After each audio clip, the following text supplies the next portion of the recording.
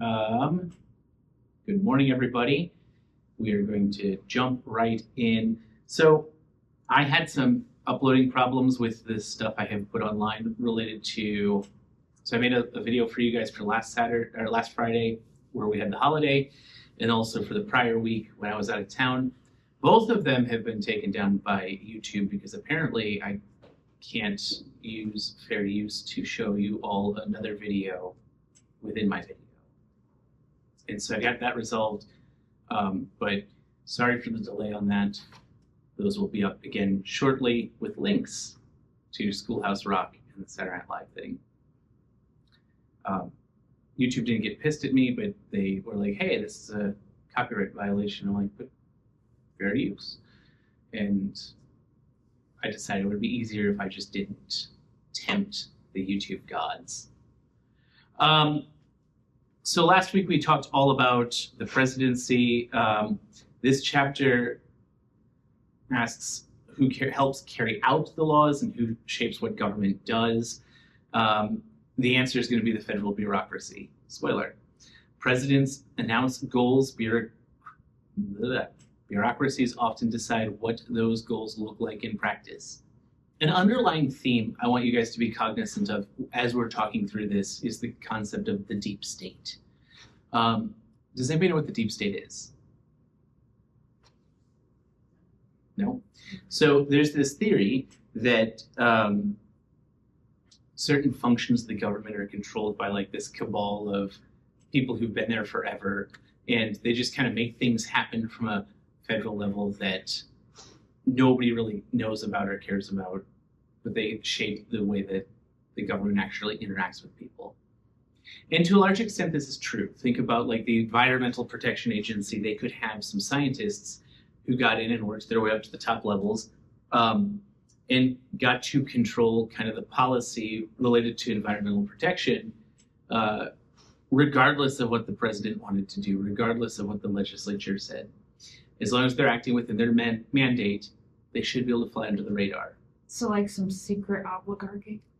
Sort of. But I want to also reframe it this way. In the United States, we think that's a bad thing. In other countries, they think this is a good thing. So in Europe, for example, they want their bureaucracy to be the experts. They want the people who know about the environment to be in charge of the environment. And so this kind of concept of a deep state, or where the bureaucrats take over certain functions of the government irrespective of what the elected officials want, that could be a pro, it could be a con. We hear about the deep state a lot lately because a lot of the things that the bureaucracy was doing were things that Republicans didn't necessarily like. Republicans are in power now, so they want to get rid of the deep state. And again, when we're talking about this term, this is just the career bureaucrats that are in place. Let's think about it like this.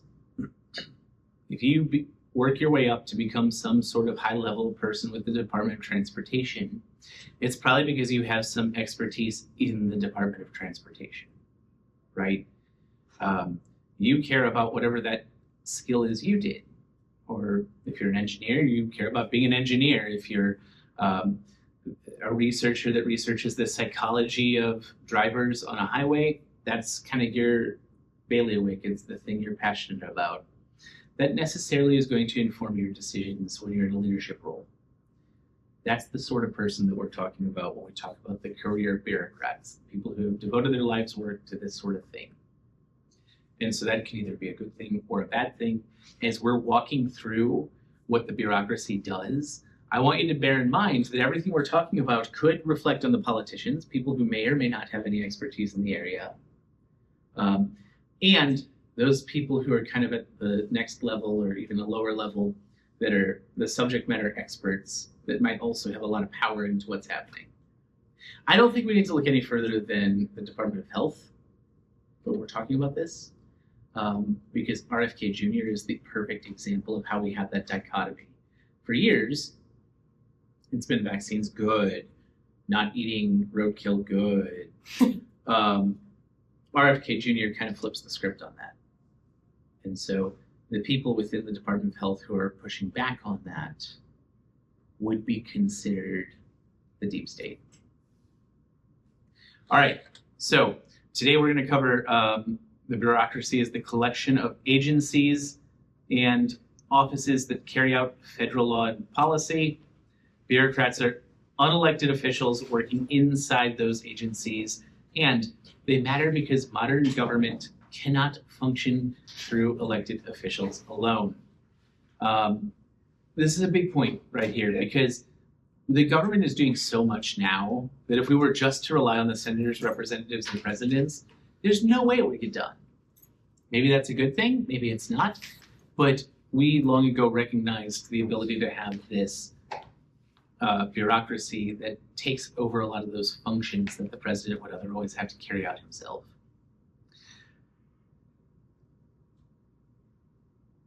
I want you to get past the concept that bureaucracy simply means red tape. Well, there's certainly a lot of red tape when we talk about the bureaucracy. That's not what bureaucracy means, right? That's what we kind of think it means. That's the talking point for a lot of people at this point. But bureaucracy is that apparatus of the executive branch that executes the law. They take care of administration, implementation, regulation, continuity, and they have the expertise to deal with a lot of the things they're working on. The bureaucracy is the part of the government that turns broad laws into actual policy on the ground.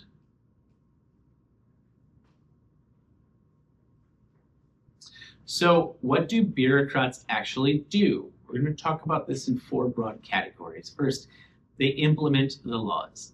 Congress passes a law. Agencies turn that law into procedures, rules, and action.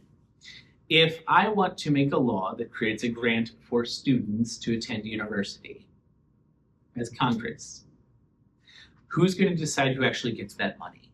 Where does that money come from? Congress is going to create the framework, or as I like to think of it, the guardrails. If you're going down the highway, you've got one of those rails on either side to keep you in your lane. But if it's an 8-lane highway, you've got lots of lanes to choose from. And the administrative agency, as long as they're operating within those guardrails, gets to choose where they're going to be.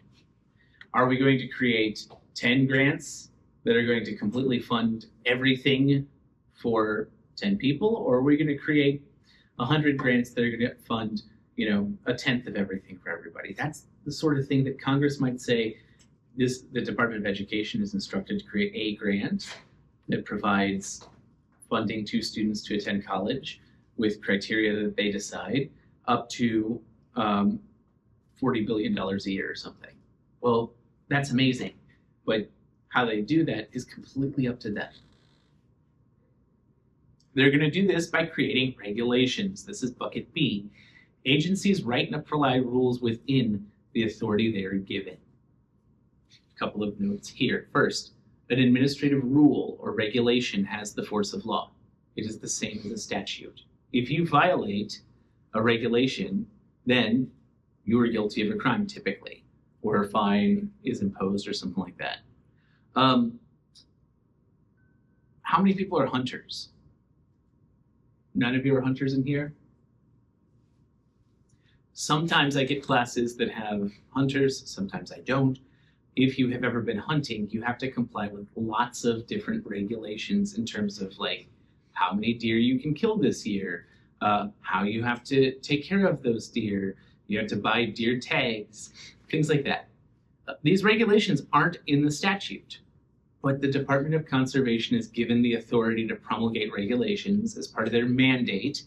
And because of that, they get to make these rules that if you don't follow, you're guilty of a Class A misdemeanor of taking, punishable by up to a year in prison, up to a year in jail.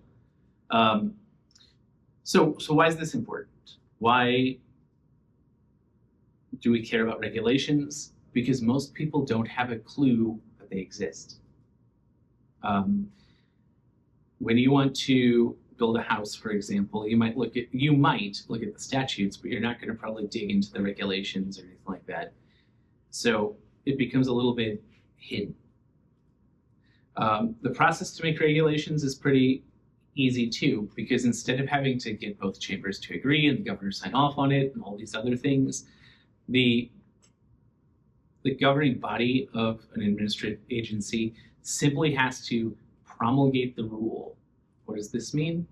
Well, most of the time it's done by notice and comment. So in Missouri, it's the Code of State Regulations that this will go into, and there's the Missouri Register. There's also the Federal Register, and the process is similar in both the federal and state branches of government. And what they're going to do is they're going to send out a rulemaking notice, and they're going to say, hey, everybody, we have this new rule that you'll find below. You have 30 days to make comment on it, and then we're going to bring it up for a hearing, or we're not going to bring it up for a hearing, and we're going to vote on it at this time. So once they've received all those once that notice has been published, it starts a 30-day clock. Anybody who makes a comment within those 30 days, the comment has to be published and acknowledged later on. But it doesn't have any real effect on whether or not the agency makes the rule. You could be like, this is a terrible idea. I absolutely think it's worthless. Or here's a petition of 2/3 of the citizens of the United States who say that we don't want this rule. And the administrative agency can still go ahead and enact that rule. They just have to say yeah, okay, we got this, but we disagree, or something. They have to acknowledge it and respond to the comment in some way. Once that's happened, they can say, yeah, we're going to move forward with rulemaking. They publish a order of rulemaking in the register again. And after that order of rulemaking has been published, the rule goes into effect. So very easy to make administrative rules. There's a little bit more transparency and access than in the legislative process because anybody can write in a comment. You don't have to come and testify or anything like that. And they have to respond, whereas the legislature does not really have to respond, but less accountability because they can do whatever they want.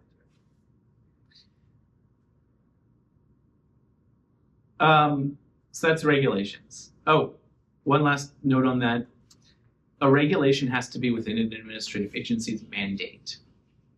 What I mean by that is that the law in creating administrative agencies will tell them what powers they have. And if I tell you as a student that you may do whatever you want in this classroom to rearrange the furniture so that it creates an accessible learning environment to you, and you bring in a chaise lounge, is that within your mandate? No. I said you may rearrange the furniture in this room, not that you may add to or subtract from the furniture. And so when we're dealing with administrative agencies, a big component is what their mandate is. What are the instructions they were given? What powers do they have? Are they drawing within those lines? If they're going outside of those lines, whatever they're doing that is outside of those lines is void. It's as though it didn't ever happen. C, delivery of services. So this is that third bucket. Bureaucracies provide benefits, programs, information, or enforcement. And then D, advise and provide information. Agencies gather expertise and help elected officials understand policy options. The main point is that bureaucrats are not just clerks, they are often central to how policy actually works. Has anybody seen that sugar film? I think I've talked about it in here before. I want you to, at some point, if you haven't watched it, it's on Netflix, it's probably on YouTube, watch that sugar film. It's about basically the harmful effects that sugar has on people. But what's fascinating about it is that a long, long time ago, before you and I were born, there was a president who had a heart attack. And at that point, they were trying to decide what caused cardiac problems. And there were two competing hypotheses. One was the sugar hypothesis, that sugar caused inflammation and that inflammation led to heart disease. And the other was the fat hypothesis, that eating fat caused plaque to build up in arteries, and that plaque building up in arteries is what caused heart disease. Which one did we end up going with? Sugar or fat? Shout it out, somebody. Fat. We ended up going with the fat hypothesis. Which one is actually correct based on modern science? Sugar is correct based on modern science. And here's why we went with fat versus sugar. We went with fat versus sugar because the sugar industry had lots of lobbyists that paid lots of money to get government officials on their side. And so the National Institute for Health, NIH, provides research grants to people to conduct research on various things. If you were doing research to try and prove the sugar hypothesis, you were not funded. If you were given money to try and prove the fat hypothesis, you were funded. What they ended up finding is that, yeah, I mean, eating too much of anything is bad for you, but the good fats that are in like naturally occurring things are probably fine for you in moderation. Whereas the synthetic fats and things we made to try and combat the fat hypothesis are terrible for you. Margarine, for example, is one covalent bond away from basically being plastic. But if you go into a grocery store even today, and you go to the health food section, and you want to find something that will give you sustenance and is purported to be healthier for you, and you look at added sugar, that's typically way high. We are still dealing with that as a society, as a culture. We're still kind of fighting that, let's just put some sugar in it thing, because the bureaucrats influenced the thing because private money was influencing them. So when we talk about consolidating and sharing information, while that's a big thing, it's in practice kind of a little bit scary too. So with that, how do you combat that? Well, always try and do your own research. You guys are smart enough to do that. So I'm going to get off my soapbox with that and move on. In practice, the bureaucracy is where government decisions become real.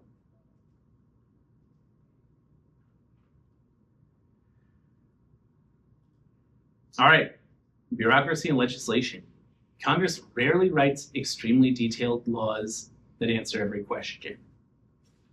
We talked in here about the need to basically create, like, when we talked about controlled substances, we talked about how things can be scheduled even though Congress hasn't acted.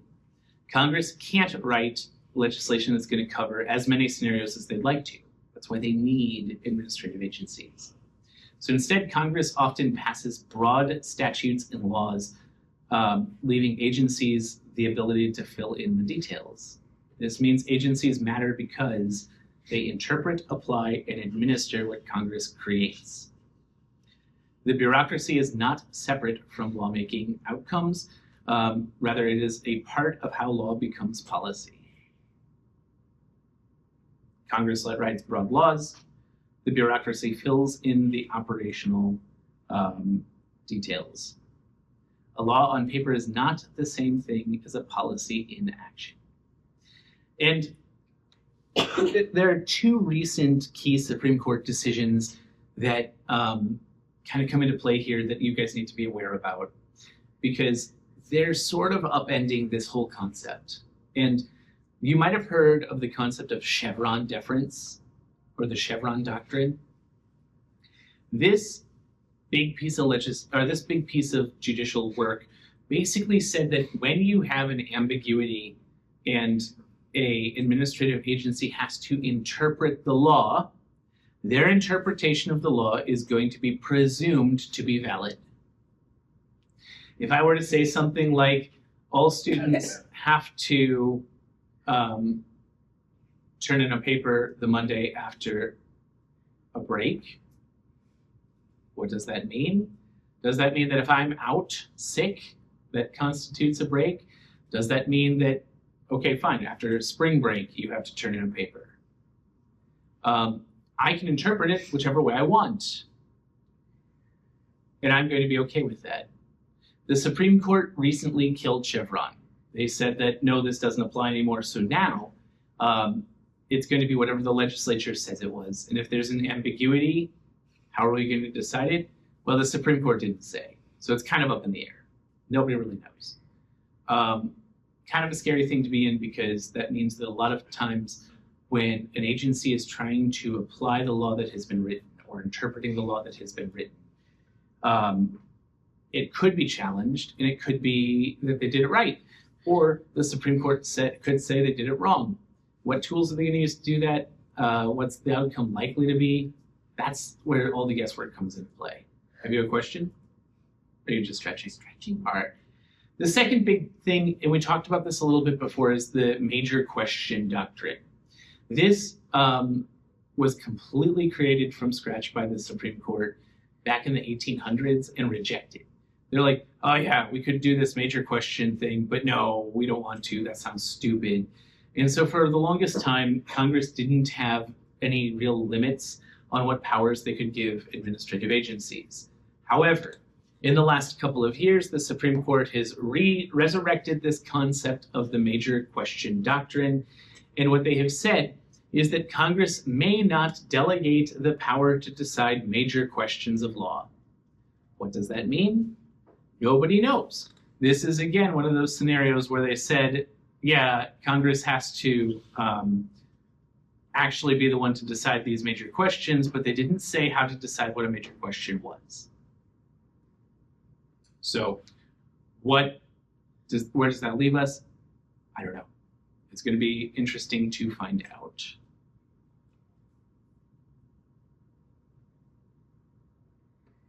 And I lost my place in my notes. There we are.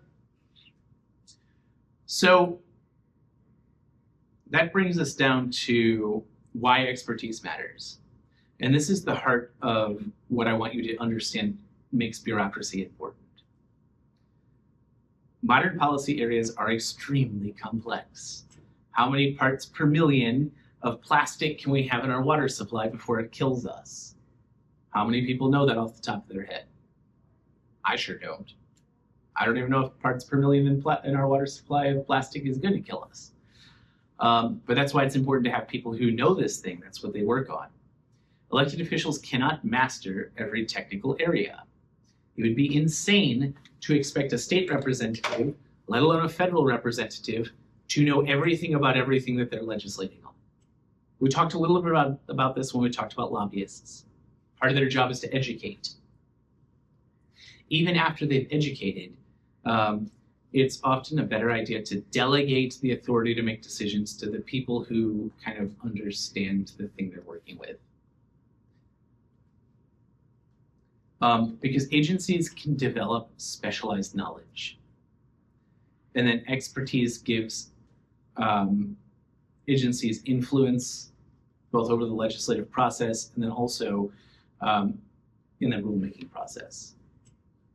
There's always trade-offs. So expertise is very useful because it improves policy capacity and it helps government handle complicated issues. But on the flip side, expertise also raises concerns because experts are unelected.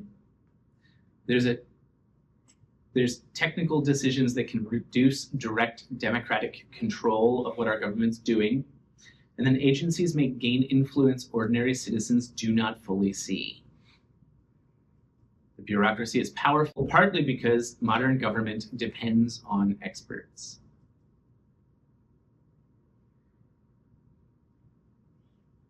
All right, how did the bureaucracy grow? We're going to cover this in some broad phases. This is in your textbook too. The chapter's historical arc moves from the beginning of American bureaucracy.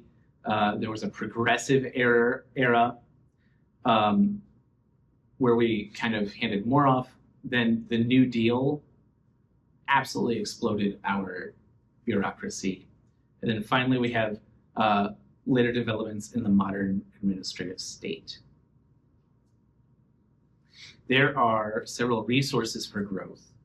First is that the federal government took on more responsibilities. This is from the states. So the federal government, which normally wouldn't have done things like provide welfare programs, that was more of a state function. During the New Deal, they said, yeah, we're going to, as the federal government, step up and do this. Because they did that, they needed the entire Social Security Administration. Second, the economy and society became more complex. We keep adding things that make it more and more complicated in our daily lives. When the founders made the Constitution, we didn't have things like cell phones or radio frequencies for that matter. I guess we did have telegraphs. That was kind of an interesting thing. But over time, we have developed so much more information that now we have like the Federal Communications Commission that regulates the airwaves. Crises and reform movements pushed government to do more. And then once government takes on more tasks, agencies become more important. It's kind of hard to put the toothpaste back in the tube or unring the bell. The bureaucracy did not grow randomly. It grew because Americans repeatedly asked the federal government to do more. As the responsibility of government expands, the bureaucracy expanded with them. We frequently talk about who should handle what things.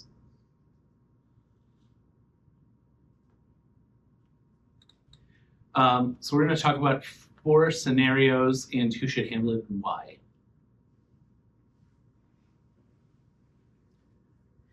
So your answers are going to be this should be handled by Congress, the president, or a bureaucratic agency. Scenario 1, setting safety standards for a technical product. Who would be the best person to handle this? Congress, the president, or a bureaucratic agency? Bureaucrat. Why? Because they're on safety standards, they're going to know more information about that. Exactly. Congress isn't expected to know about it. The president certainly isn't expected to know about it. So it's going to be bureaucracy. 2, deciding who qualifies for a federal benefit program. This one kind of blurs the lines a little bit. Yeah, Congress, I would say, probably has the principal responsibility. Within whatever Congress says, that interpretation could fall to administrative agencies. So for example, for food stamps, Congress sets that they set the broad rule that food stamps are like 120% of the poverty standard. But what's that poverty standard? What does that 120% look like in practice? Those are things that the administrative agency then would have a little bit of discretion on. All right, 3, writing broad national policy goals on healthcare. This one's really tricky because the term goals. Did you say national? Yep. President? Yeah. And again, this one gets tricky because of the word goals here. These are broad national policy goals. These aren't broad national policies. These aren't broad national laws. These are the goals that the president has to kind of make that happen. I guess Congress could also do it. I guess bureaucrats could also do it. But who's going to be principally responsible for it? Or who do we usually look to do something like say, hey, America is going to try and do X? We typically look to the president. 4, monitoring whether pollution rules are followed.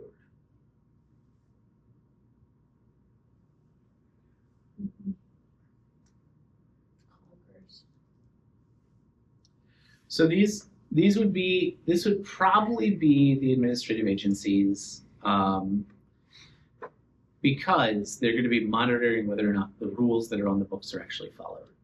And I would imagine that requires some sort of expertise. Could also be the president, or also be Congress, but I think it's most likely going to be administrative agencies.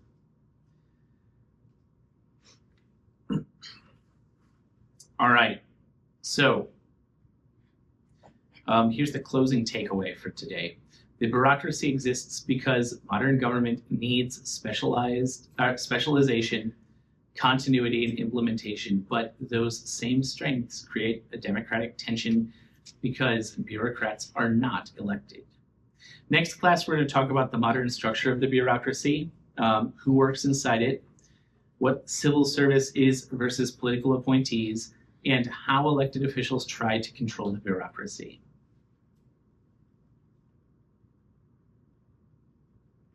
So that covers what I wanted to talk about with you guys today. Are there any questions about the bureaucracy before we wrap up the video?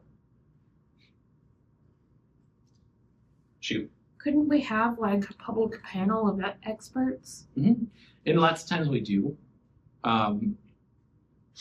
So for example, with vaccines, there's a public panel of vaccine experts that talk about kind of why they're making their decision and everything, but ultimately they're not elected. They're not responsible to you as a voter directly. You can kind of control, let's say that your passion is that you really believe in vaccination and you don't like that the Department of Health is curtailing the vaccines that are available to children.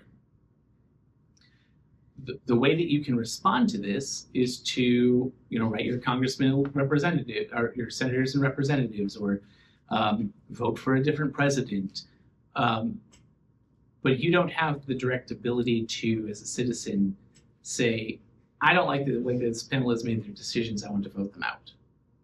Because the director of the Department of Health is going to be appointed by the president. And that appointment is going to be ratified by the Senate. Or confirmed by the Senate, rather. So, yeah, we can have public panels. Yeah, the information can be transparent, but that doesn't mean that you are going to have the ability as a citizen to put your finger on the scale to any effect. Does that make sense? Yeah. Yeah. Other questions? All right. I'm gonna wrap the video and we'll go